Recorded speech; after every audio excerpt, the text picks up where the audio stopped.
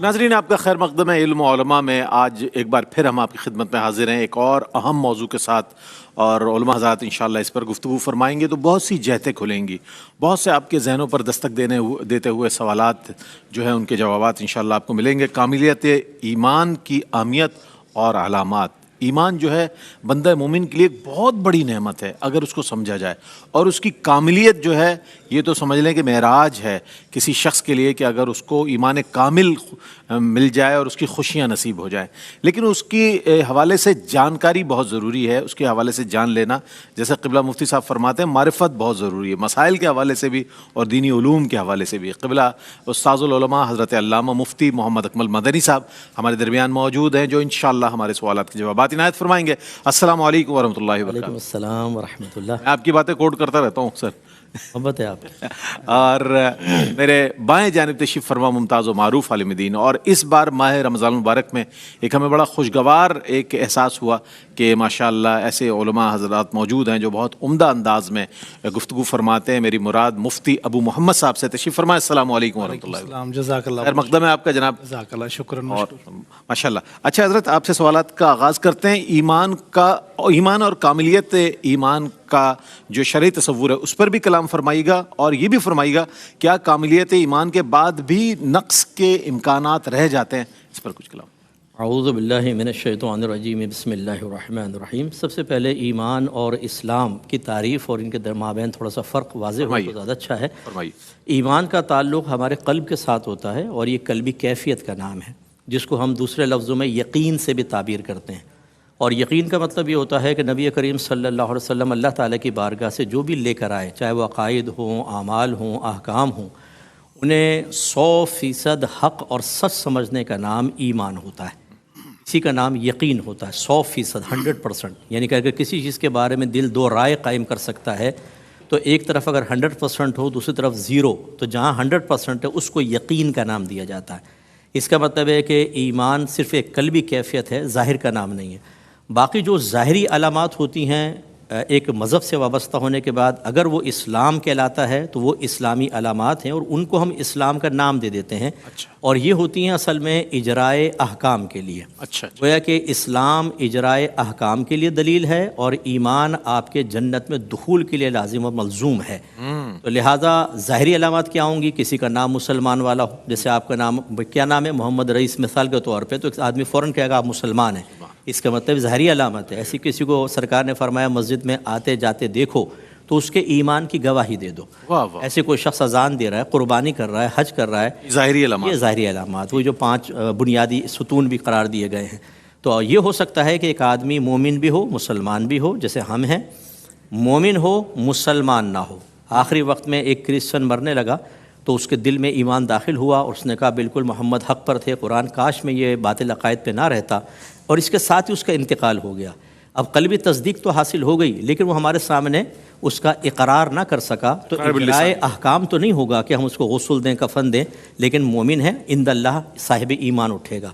ایک وہ جو نہ مومن ہے نہ مسلمان، وہ کفار جو اعلانیہ کفر کا اظہار کرتے ہیں. اور ایک وہ جو مومن نہ ہو مسلمان ہو، جیسے نبی کریم صلی اللہ علیہ وسلم کے جو منافقین اعتقادیہ تھے کہ دل میں ایمان نہیں رکھتے تھے، ظاہر میں اسلام تھا، داڑیاں بھی تھیں، نماز پڑھتے تھے، جہاد پر جاتے تھے، قربانیاں کرتے تھے، اور اللہ نے گواہی دی ہے کہ وہ صاحب ایمان نہیں ہے. اب آگے کاملیت ایمان. دیکھیں کاملیت ایمان ایک تو یہ ہے کہ وہی 100% پورا ہو، مکمل طور پر اس پہ بلیو ہو. دوسرا انشاءاللہ آگے حضرت ارشاد بھی فرمائیں گے کہ اس کی علامات کیا ہیں، کون سے اعمال ہیں جو ایمان کو کامل کرتے ہیں. لیکن جو آپ کا ایک اگلا حصہ ہے کہ کیا کاملیت ایمان کے بعد بھی نقص کا کوئی تصور ہے؟ جی ہے. ایک تو زمانے نبوی میں تھا، اس اعتبار سے کہ جیسے آیات نازل ہوتی وہ اس پر ایمان لاتے، پھر مزید آیات نازل ہوتی تو پہلے والا ایمان ان کے مقابلے میں بہرحال غیر کامل ہوتا، پھر ان کا ایمان ترقی کرتا تھا، حتیٰ کہ قرآن پاک کا نزول تمام ہوا. ہاں، تمام ہونے کے بعد صحابہ کا ایمان بھی کامل و اکمل ہو گیا. یا بعض اوقات ایسا ہوا کہ کوئی ایمان لایا اور اس وقت کے اعتبار سے اس نے ایمان کو کامل کیا، اور پھر وہ کسی وجہ سے اسلام کے ساتھ نہ رہ سکا اور باہر نکل گیا، تو وہ کاملیت کے بعد پھر نقص کی طرف چلا گیا۔ ایسے ہی بعض اوقات ہوتا ہے کہ ایک آدمی کا ایمان کامل ہوتا ہے، آج کے دور کے اعتبار سے لے لیں، لیکن اس میں نفسانی خواہشات غالب آ جاتی ہیں، نفس و شیطان سے مغلوب ہو جاتا ہے، دنیا یا مال کی محبت، مخلوق کی محبت غالب آتی ہے، اور وقتی طور پہ اس کا ایمان کاملیت سے نقص کی طرف آ جاتا ہے۔ وہ گناہ کو پسند کرنے لگ جاتا ہے، خرابی کو پسند کرنے لگ جاتا ہے، چوریاں کرتا ہے، ڈاکے مارتا ہے۔ اس کا مطلب اس کا جو یقین کامل تھا ڈے آف ججمنٹ کے بارے میں، اللہ کے احکام کے بارے میں، اس میں تھوڑا سا نقص پیدا ہوا ہے۔ اس لیے ہر انسان کو چاہیے کہ پہلے ایمان کو سمجھے، پھر اس کو کاملیت تک لانے کی کوشش کرے، اور اس کے بعد اس پہ استقامت حاصل کرے، اور ایک دعا اپنے دعا میں ضرور شامل کریں کہ اللہ ہمارا جب آخری وقت آئے تو ایمان کامل کے ساتھ دنیا سے رخصت عطا فرما۔ کیا کہنا، کتنی بڑی احساس اور کتنا بڑا سرمایہ ہے یہ کاملیت ایمان جو ہے۔ بہرحال اس پر بات کریں گے۔ وہ کون سے اعمال و افعال ہیں جو تکمیل ایمان اور کمال ایمان کا ذریعہ اور سبب بن سکتے ہیں، اس پر کچھ کلام فرمائیے گا۔ بسم اللہ الرحمن الرحیم۔ ہمارے سرمایہ ملت اسلامیہ حضرت اقدس مفتی صاحب نے بڑی خوبصورتی کے ساتھ ایمان کا بڑا بہترین تعارف کروایا۔ میں حضرت مفتی صاحب کی بات میں بات کو ایڈ کرتے ہوئے آپ کے سوال کو سامنے رکھتے ہوئے کچھ تھوڑا سا اس بات کو بہت آسانی کے ساتھ قرآن کریم کی طرف لے آتے ہیں۔ فرمائیے۔ یہ جو آپ نے جو سوال فرمایا ہے، اس سوال کے اندر بہت ساری نشانیاں ہیں، اور قرآن کے اندر الگ ہیں، حدیث مبارکہ میں الگ ہیں۔ میں اگر یہاں سہارا لوں، سب سے پہلے میں ایک آیت کوٹ کرنا چاہتا ہوں۔ جی فرمائیے۔ آپ صلی اللہ علیہ وسلم جب مدینہ طیبہ تشریف لائے تو یہودی وہاں بڑی کثرت سے آبادی میں موجود تھے، ٹھیک ہے جی۔ سب سے پہلے تو ہم اس کی اہمیت کو یوں دیکھیں کہ ایمان کس انداز میں کتنی اہمیت کا حامل ہے۔ یہودیوں نے کہا آپ صلی اللہ علیہ وسلم کے پاس پیغام بھیجا کہ ہمارے کچھ احباب ہیں، وہ آپ سے بات چیت کرنا چاہتے ہیں، پتہ یہ چلا کہ مباحثہ کریں گے۔ تو آپ صلی اللہ علیہ وسلم اپنے آل اصحاب کے ساتھ تشریف لے آئے۔ یہ جس جگہ پر آج مسجد غمامہ ہے، جس کو مسجد صدیق اکبر بھی کہتے ہیں، حضور نے بھی نماز عید پڑھائی اور سیدنا صدیق اکبر نے پڑھائی صلی اللہ علیہ وسلم رضی اللہ عنہ و رضوا عنہ۔ تو اس مقام پر یہ لوگ بھی آ گئے۔ خلاصہ مختصر کہ وہ جو شخصیت آئی تھی وہ حضرت عبداللہ بن سلام تھے۔ عبداللہ بن سلام جب سامنے تشریف لائے تو حضور نبی کریم صلی اللہ علیہ وسلم نے یوں دیکھا، نظروں سے نظریں ملیں، فرمایا بھائی کہو آپ کیا کہنا چاہتے ہیں۔ تو عبداللہ بن سلام نے ایک نظر حضور کو دیکھا، پھر یہودیوں کو دیکھا، پھر حضور کو دیکھا، پھر یہودیوں کو دیکھا، اور پھر حضور کو مخاطب کر کے کہا کہ یہ چہرہ کسی جھوٹے کا نہیں ہو سکتا۔ اللہ اکبر۔ اب یہ تو ان کے اسلام قبول کرنے کا واقعہ ہوا۔ فرمایا جب یہ چہرہ سچے کا ہے آپ گواہی دیتے ہیں؟ فرمایا یا رسول اللہ میں گواہی دیتا ہوں۔ فرمایا دیر کس بات کی؟ فرمایا کوئی دیر نہیں، آپ ہاتھ بڑھائیے میں کلمہ پڑھتا ہوں۔ نے کلمہ پڑھ لیا تو ساتھ ہی آپ نے دو مطالبے رکھے جو حدیث میں موجود ہیں۔ آپ نے دو مطالبے یہ رکھے کہ یا رسول اللہ میں ایک مذہب چھوڑ کر آیا ہوں، ایک عالمگیر مذہب میں آیا ہوں، ایک مذہب میں نے چھوڑ دیا ہے اور آپ کے مذہب میں آ گیا ہوں، لیکن میں ایسا کیا کروں گا، عالم تھے، عالم ہوتا ہے، تو فرمایا کہ میں ایسا کیا کروں گا کہ میں عبادت آپ کے ساتھ جمعے والے دن کیا کروں گا، مگر میں فلاں دن کا بھی، پہلے والے دن کا بھی احترام کروں گا۔ میں اونٹ کے گوشت کو، چربی کو حلال جانوں گا مگر کھاؤں گا نہیں۔ اس مذہب کا بھی احترام ہوگا، اس مذہب کا بھی احترام ہوگا۔ اگر کوئی ہم جیسا ہوتا تو وہاں بندہ دیکھ کے کمپرومائز ہو جاتا ہے اس پر۔ ہاں جی، بندہ یا پروٹوکول دیکھ کے مسئلہ بدل دیتا، لیکن آقا دو جہاں تھے، آقا دو جہاں صلی اللہ علیہ وسلم خاموش رہے۔ صحابہ اکرام نے حضور کی طرف دیکھا تو حضور نے صحابہ سے فرمایا میں آپ کی جو فرمائش ہے اسے میں سمجھ گیا ہوں کہ میں انہیں اجازت دوں، لیکن میں اللہ جل شانہ کا انتظار کر رہا ہوں۔ اب اس جملے پر غور کیجیے گا کہ ایمان کو کس انداز سے اللہ تعالیٰ نے قیمتی بنا کر ہمیں یہ پیغام اور میسج دیا ہے۔ اس آیت کریمہ میں آسمان سے آیت کریمہ کیا آئی؟ فرمایا یا ایھا الذین آمنوا ادخلوا فی السلم کافہ۔ میرے حبیب صلی اللہ علیہ وآلہ وسلم آپ اہل ایمان سے کہہ دیجئے اگر تم ایمان میں آنا چاہتے ہو تو کامل آؤ، پورے ایمان میں داخل ہو جاؤ۔ ایسا نہیں ہے کہ یہ چیزیں وہاں کی پسند ہے، یہ چیزیں وہاں کی پسند ہے۔ اب مخاطب تو حضرت عبداللہ بن سلام کو کیا گیا، لیکن پوری کائنات اس کی مخاطب ہے۔ کیا بات، پوری کائنات اس کی مخاطب ہے۔ اس ایک جملے سے میں یہ بات عرض کرنا چاہتا ہوں کہ دنیا کے اندر ایمان سے زیادہ قیمتی چیز کوئی نہیں ہے۔ بے شک۔ اگر آپ اس کی تھوڑا سا جو آپ کا سوال ہے اس کی طرف آئیں تو قرآن کریم کے اندر سورہ انفال کے اندر اللہ تعالیٰ فرماتے ہیں انما المؤمنون الذین اذا ذکر اللہ وجلت قلوبہم واذا تلیت علیہم آیاتہ زادتہم ایمانا وعلی ربہم یتوکلون الذین یقیمون الصلاۃ ومما رزقناہم ینفقون۔ ایک بزرگ تھے، ان سے کسی نے پوچھا، بڑے محدث بزرگ تھے، کہ آپ آپ مومن ہیں؟ تو انہوں نے فرمایا کہ اگر تمہارے کہنے کا مطلب یہ ہے کہ میں جنت پر، جہنم پر، اللہ پر، فرشتوں پر، قیامت پر ایمان لایا تو میں مومن ہوں، اور اگر تمہارے کہنے کا مطلب یہ ہے جو سورہ انفال میں اللہ جل شانہ نے بیان فرمایا تو پھر کوئی پتہ نہیں کہ میں مومن ہوں یا نہیں ہوں۔ اب ان جملوں کو سمجھیے گا کہ یہاں جو 5 صفات اللہ تعالیٰ نے بیان فرمائی وہ کیا ہیں۔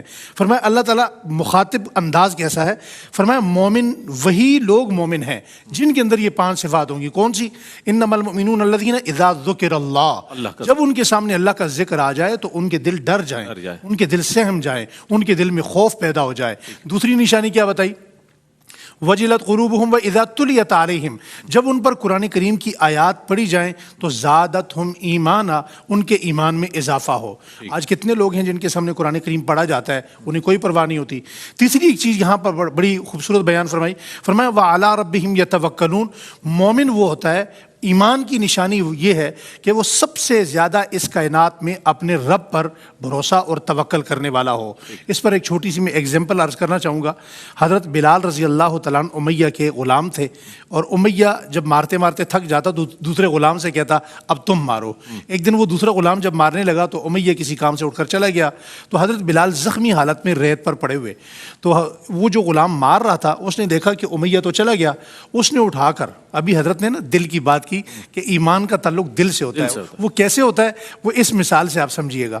حضرت بلال رضی اللہ تعالیٰ عنہ زخموں میں پڑے ہوئے، خون نکل رہا ہے، زخمی ہے، اٹھے تو وہ جو دوسرا غلام مارنے والا تھا اس نے کہا کہ یار دیکھو تم بھی غلام ہو، میں بھی غلام ہوں، تم بھی کالے ہو، میں بھی کالا ہوں، تم بھی بیگانے ہو، میں بھی بیگانہ ہوں، تو کیوں اتنی مار کھاتے ہو، چھوڑ دو اس کو۔ تو حضرت بلال نے کہا، جب یہ جملے سنے تو کہا مجھے اٹھاؤ، اٹھایا تو کہا مجھے بٹھاؤ، جب بٹھایا تو کہا دیکھو تمہارا میرا اسٹیٹس ایک جیسا ہے، تمہارا رنگ بھی کالا ہے، میرا بھی کالا ہے، تم بھی بیگانے ہو، میں بھی بیگانہ ہوں، تم بھی غلام ہو، میں بھی غلام ہوں، لیکن تمہارا میرا دل ایک جیسا نہیں ہے، تمہارا اور میرا دل ایک جیسا نہیں ہے۔ تو پتہ یہ چلا کہ ظاہری انسان کے کوئی بھی حالات ہوں لیکن جو دل میں ایمان ہو وہ ہر جگہ جگمگاتا ہے، آپ اذیتوں میں ہوں، تکلیفوں میں ہوں۔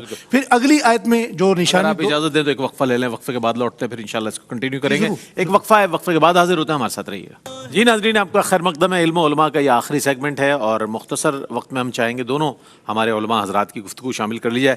آپ اپنے جواب کو مکمل فرما دیں تو پھر میں قبلہ مفتی صاحب کی جائے۔ بسم اللہ الرحمن الرحیم۔ میں عرض کر رہا تھا کہ سورہ انفال کی اس آیت کریمہ میں، 2 آیت کریمہ میں 5 باتیں بیان فرمائی ہیں۔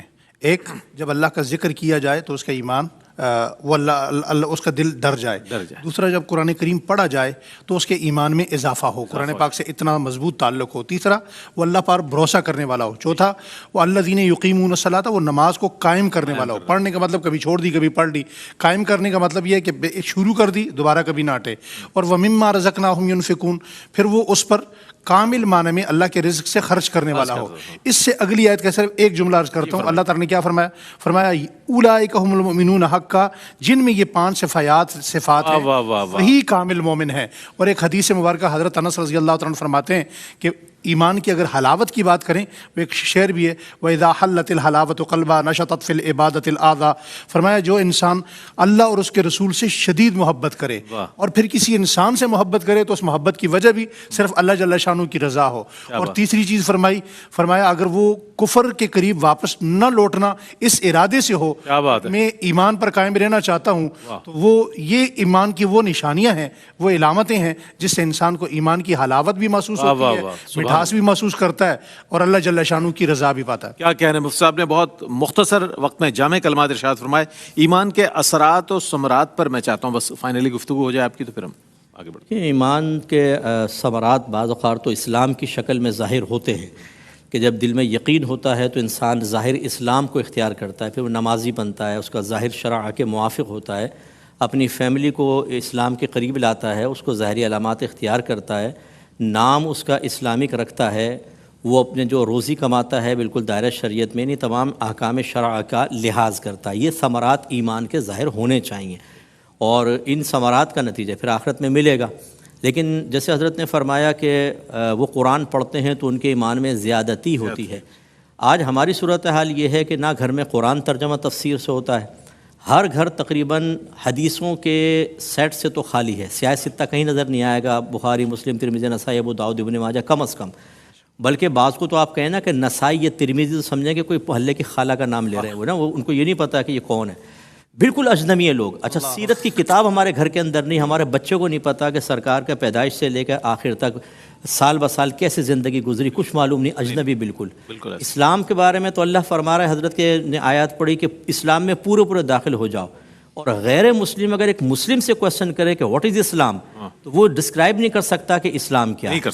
یعنی ہماری صورتحال یہ ہے کہ ایمان کی زیادتی کیسے ہوگی, بلکہ جو موجودہ ایمان اللہ نے گھر بیٹھے ایک مسلمان گھرانے میں پیدا ہونے کے بعد عطا فرما دیا, اس کی حفاظت بھی اتنی مشکل ہو گئی ہے کہ آج آپ دیکھیں, حضرت بھی پبلک میں کام کرتے ہیں, ہم بھی باہر کے ملکوں میں لوگ اتنا رو رہے ہیں, بلکہ پاکستان میں بھی, کہ بچے سوشل میڈیا پر جا کر آج اپنے آپ کو چینج کر رہے ہیں. ایک بچے نے کہا کہ میرے غیر مسلم سے دوستی ہو گئی, اس نے میرا نام پوچھا تو مفتی صاحب مجھے اتنی شرم آئی کہ میں اپنا نام بتاؤں, اس نے میرا ریلیجن پوچھا تو میں نے کافر نام بتا کر, انگریز نام بتا کے اپنے آپ کو کافر ڈکلیئر کیا اس کے سامنے, اس وجہ سے کہ مجھے شرم آئی کہ میں اپنے آپ کو مسلمان کہوں. پھر اس کو میں نے تجدید ایمان, تجدید نکاح وغیرہ کروایا کہ یہ آپ نے کیا کیا ہے. یہ صورتحال ہے. تو خلاصہ کلام یہ ہے کہ ایمان کی مضبوطی کے لیے قرآن, حدیث, صحیح علماء کی صحبت میں رہنا, پھر اس کے بعد اپنا احتساب, اسلام کو نافذ کرنا اور اس کی تلقین کرنا.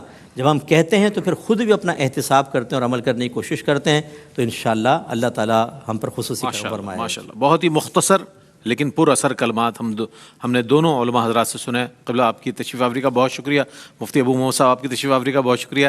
دامن وقت میں گنجائش ہوتی تو مزید آپ سے فیض و برکات حاصل کرتے, لیکن انشاءاللہ بہت شکریہ. اچھا اللہ آپ کا سفر بخیر فرمائے. ناظرین محترم, اگلا جو سیگمنٹ ہے وہ آپ کے مسائل کا حل ہے, جس میں قبلہ مفتی محمد اکمل مدنی صاحب تشریف فرما ہوں گے اور آپ کے لائیو سوالات لیے جائیں گے روزانہ کی طرح.